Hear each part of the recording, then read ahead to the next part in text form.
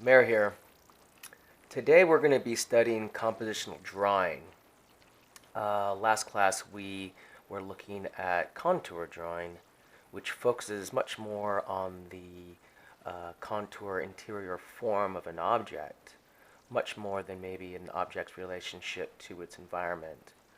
And of course you can do environmental contour drawing, but for the most part, when we are using that type of contour drawing, it is much more about the coordination between the eye and the medium, the pencil or whatever you're using to connect to an object. More of an intuitive way of maybe drawing. Today, compositional drawing, we're going to be using diagrammatic lines, which are kind of more rational, much more cerebral in how we think about what kind of lines we make. And of course, as we've been talking about, there's all types of lines. Innate drawing, that when you don't think about how you draw with every type of line that you think or what you've grown up to use on a daily basis. So sometimes, we use all these lines systematically without knowing it. So today we're going to try to just maybe remove some of the other kind of ways of line making, just to try to focus on a certain type of line making. And today it's going to be much more compositional. So we're going to start thinking about the entire space. So what's the space we're talking about? Well, let's take a little look. So this is a setup, just much like we had last time, except for this time, now we have two objects and a light source. So that light source is coming down from the top right, and it is casting a shadow on the objects. And so today what we want to focus on is trying to place these objects in a space. Now, as we talked about in the introductory class about the golden rectangle and the golden ratio, many of our screens, and maybe we can think of going further back into paintings, drawings, are rationally using the golden rectangle as a form of organization for two-dimensional objects.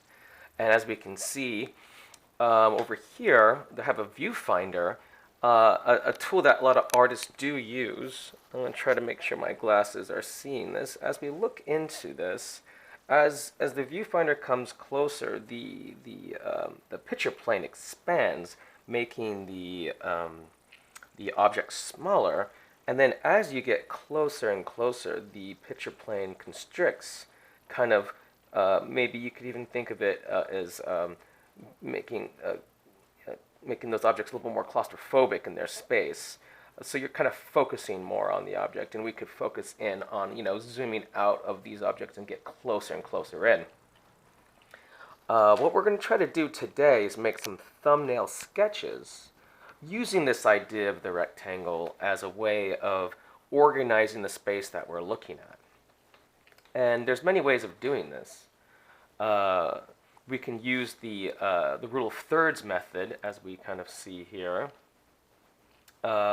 Aligning, sometimes maybe, for instance, this line could be aligning, if I'm putting this in the correct way that you can see, lining with the side of the bag. That allows for a really interesting compositional framework, and the bottom rule of thirds kind of going towards the bottom of the bag.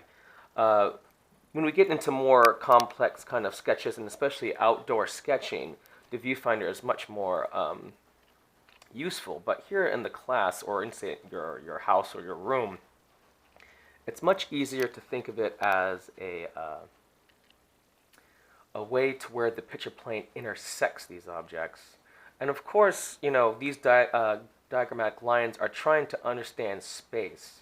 So one thing that we want to do is, using this, if we could kind of see, now if I am using this tall bag as a reference point, because we're using this all in the portrait, which is the length as the tallest on the vertical rather than the horizontal. The horizontal being sometimes referred to as the landscape and the portrait.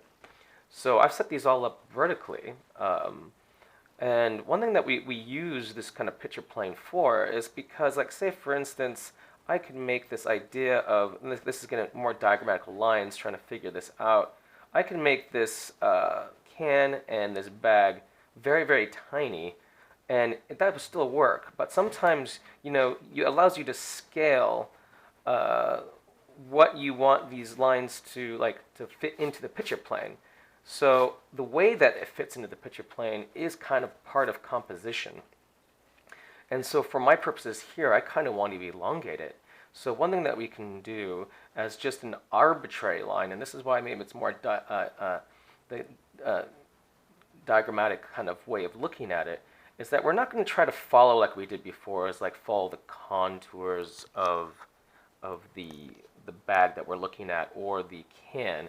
What I want to do is place it in space first, and then we can go in and get some of the more details happening with the lines or the intricacies of, like, say, the can, and also the value, the shape, and the light and shadow.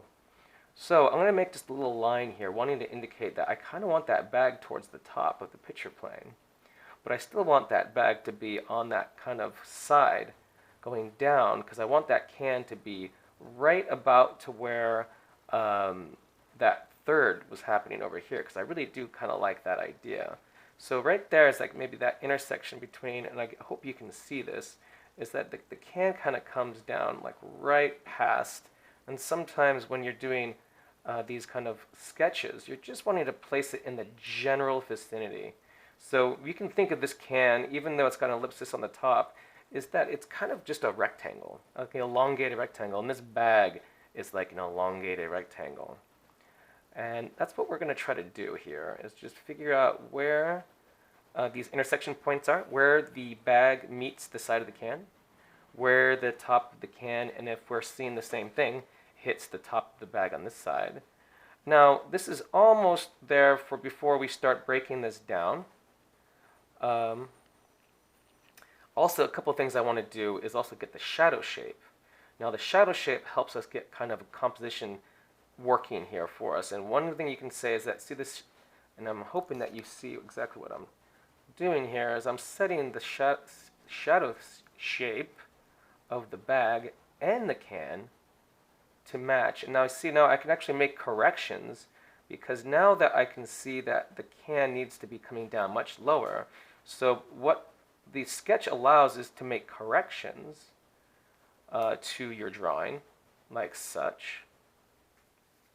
And it places it in space, coming, again, where does the background, where the green meets the can, where does that hit as well? And now we've had the most basic, if you look at it, the most basic kind of compositional sketch of the bag and the can.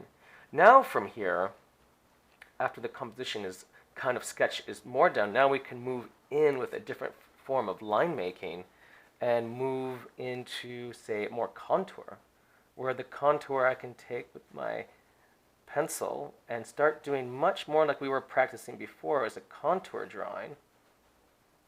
And as I go around the can, I can start going into all the different shapes of that can. And we want to just practice this as much as possible. I can go into the ellipsis of the can itself on the top and bring it back down. Again, I can just keep on doing the same thing that we were doing, but also it's much more small.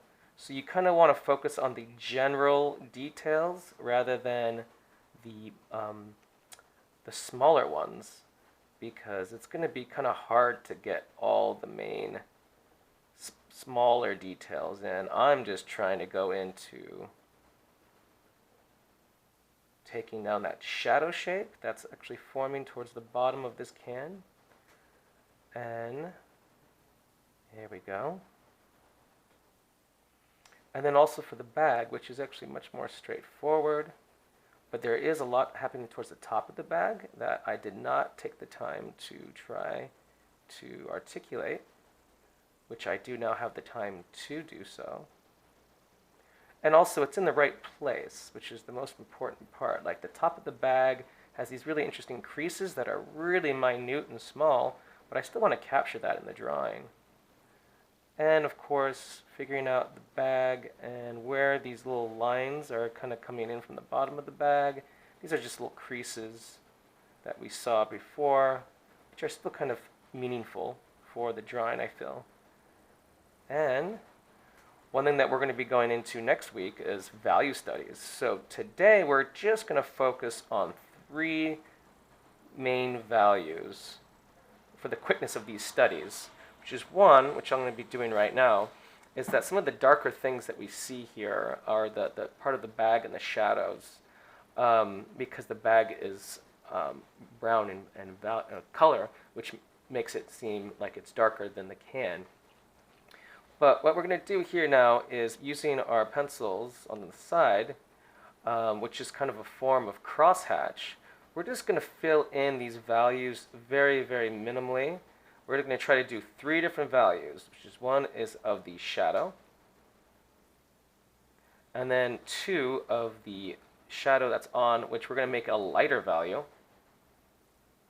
of the actual bag, and then also the value of the lighter kind of value of this can that's white. And again, this kind of how I was using the contour drawing of the can has now helped me to, again, find that shadow shape, which again, as I followed that line down, as you can see, sorry if that was actually off, was following that same kind of curvature and line. Now we could even say that we can give this other the part of the bag even a slighter value, just because it is a brown bag, which helps with the back and forth between the two. So for right there, that's like one thing that for our compositional sketches is now placing these in space, and I hope you can see this between the two. I'll try to back up, and we're going to be doing, and then we're going to rearrange, get new objects, or do a rearrangement of the same objects, and keep on practicing this 4 times before we try it on a larger scale. We're just trying to get that practice of using those lines, taking what we learned from contour drawing, and then moving it forward into our larger drawings, which we'll be doing next week with charcoal. So I hope that helped.